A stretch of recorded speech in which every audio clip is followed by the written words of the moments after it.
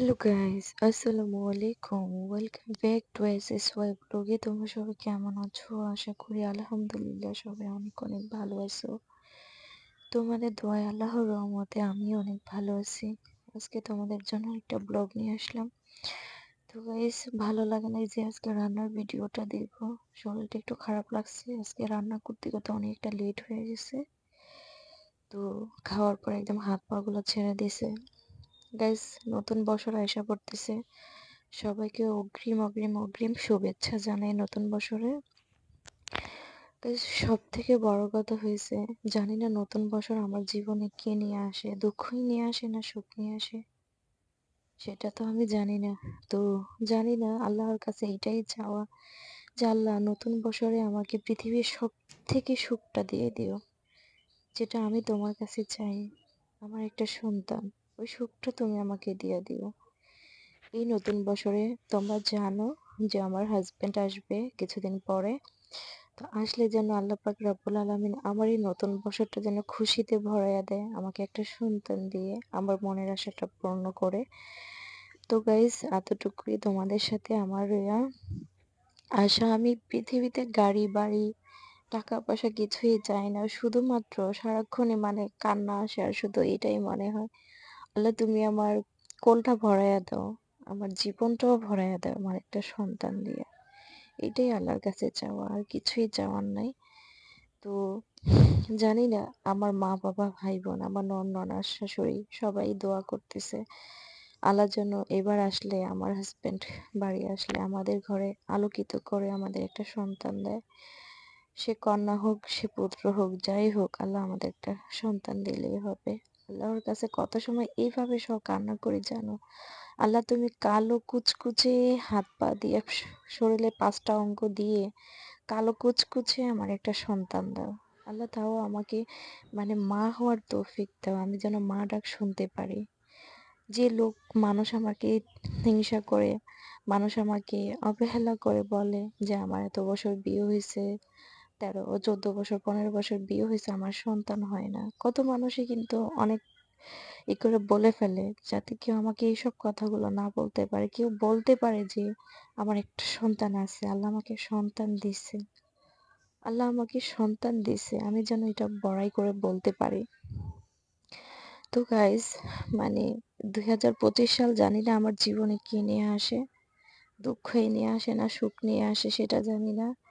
আমার পৃথিবীর সব থেকে সুখ হলো আমার হাজবেন্ডের মধ্যে, আমার স্বামীর মধ্যে সব থেকে সুখ। তার মতো সুখ, সে আমার লাইফের যা, পৃথিবীতে আর কেউ তা না।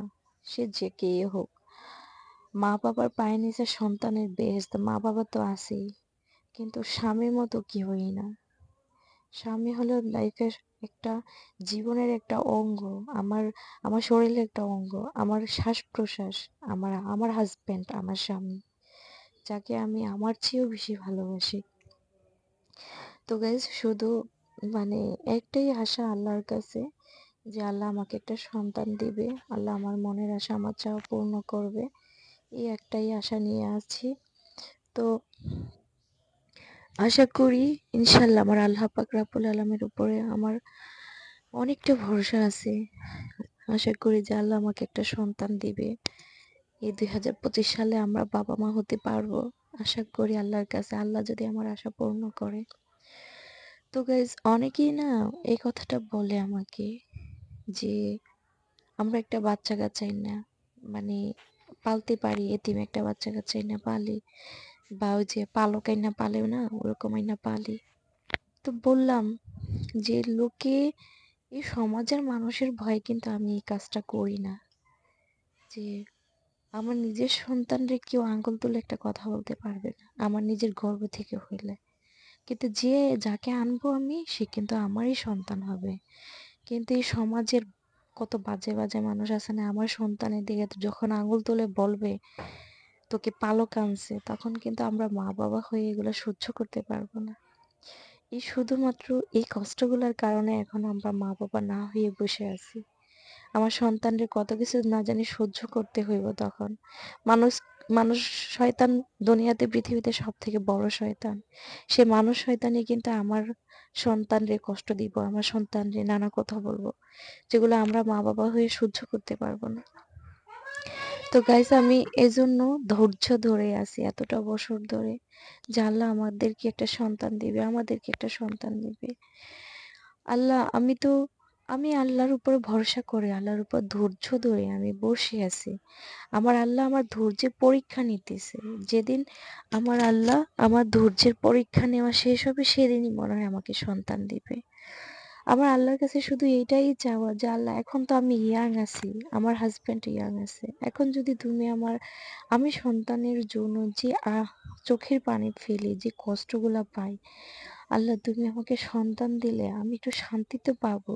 আমাকে তুমি কোটি কোটি টাকা পয়সা দিও না, বাড়ি গাড়ি দিও না, আমার কিচ্ছু চাই না, শুধু আমাকে একটা কালো কুচকুচে একটা সন্তান দাও, যাকে নিয়ে আমি একটু হ্যাপি থাকতে পারবো, যাকে বুকে জড়িয়ে আমার মনের সম্পূর্ণ যে কষ্ট সবগুলো ভুলে যেতে পারবো। তো গাইস, মনে হয় জানি না 2025 সাল আমার জন্য কি নিয়ে আসে 2025 সাল।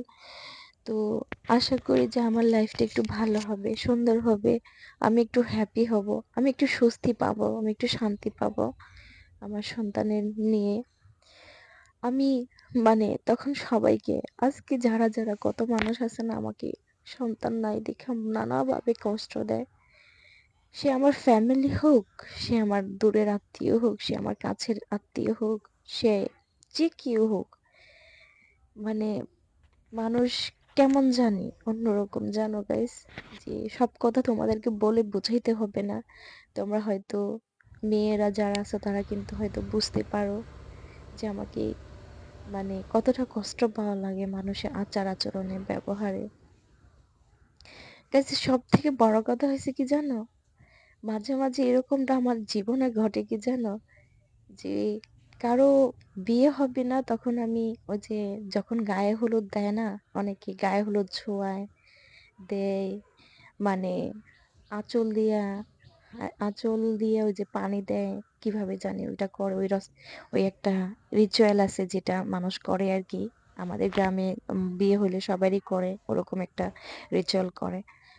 তো অনেকে না আমার হাতে ওইটা ধরায় না, কারণ আমার বাচ্চা হয় না, আমি মা হই না এখনো। মানে আমার ভীষণভাবে কষ্ট লাগে। মানে কয়েক মাস আগে কয়েক মাস আগে যখন আমার চাচাতো বোনের বিয়ে হয়েছে, তখনও মানে একজন বলে আমাকে ওইটা ধরতে, আরেকজনে বলে না ধরা লাগবে না ওর। ওই কথাটা আমার মনে পড়তেই না আমার কেমন জানি কষ্ট লেগে যায়, চোখের পানি এসে পড়ে, যে দেখো না আমি মা হইতে পারি না দেখে মানুষ আমার সাথে কি কি ঘটায়। ও শুধু আমার চাচাতো বোনের বিয়েতে না, অনেকেই আছে আমাদের আত্মীয় স্বজনের বিয়েতেও, মানে কেউ আমাকে দিয়ে ওই রিচুয়ালটা করায় না, ধরতে দেয় না, ইয়ে করতে দেয় না, আমার বেবি হয় না, আমার ছোঁয়া যদি কারো লাগে তাহলে তারও হবে না, এরকমটা মানুষ আমাকে বুঝায়। দেখো না আমি কত কষ্ট নিয়ে পৃথিবীতে আছি। এই এই কথাগুলা না কোনোদিন, এখন একটু একটু আমার হাজবেন্ডকে বলি, আগে না এই কষ্টগুলো সব আমি আমার মনের মধ্যে চাপা রাখতাম, কারণ আমার এই ইউটিউব ভিডিওগুলো আমার হাজবেন্ডও দেখে। তো সে তো বুঝতেই পারে যে আমার ওয়াইফ নিজে নিজে কত কষ্ট পায়। তো এখন একটু একটু কথা না আমার হাজবেন্ডের সাথেও শেয়ার করি, সে আমার সাথে এটা করছে, সে আমার সাথে ওইটা করছে, উনি ওইটা করছে, ও ওটা করছে, একটু শেয়ার করি, একটু বলি যে আমি এটা নিয়ে কষ্ট পেয়েছি বা ওইটা নিয়ে কষ্ট পাইছি, এরকমটা গাইস। একটু ওর সাথে কিছু এখন একটু বলি, আগে শেয়ার করতাম না, আগে নিজের কষ্টগুলা নিজেই সব ভোগ করতাম, মনের মধ্যে চাপা রাখতাম, ওকে কিছু বলতাম না। এখন একটু একটু বলি, বললে একটু মনের কষ্টটা একটু হালকা হয়। তো গাইস, সবাই ভালো থেকো। আমার মনের যে প্রত্যেকটা আশা আছে আল্লাহ যেন পূরণ করে দেয়, সবাই দোয়া কইরো। তো আল্লাহ হাফিজ।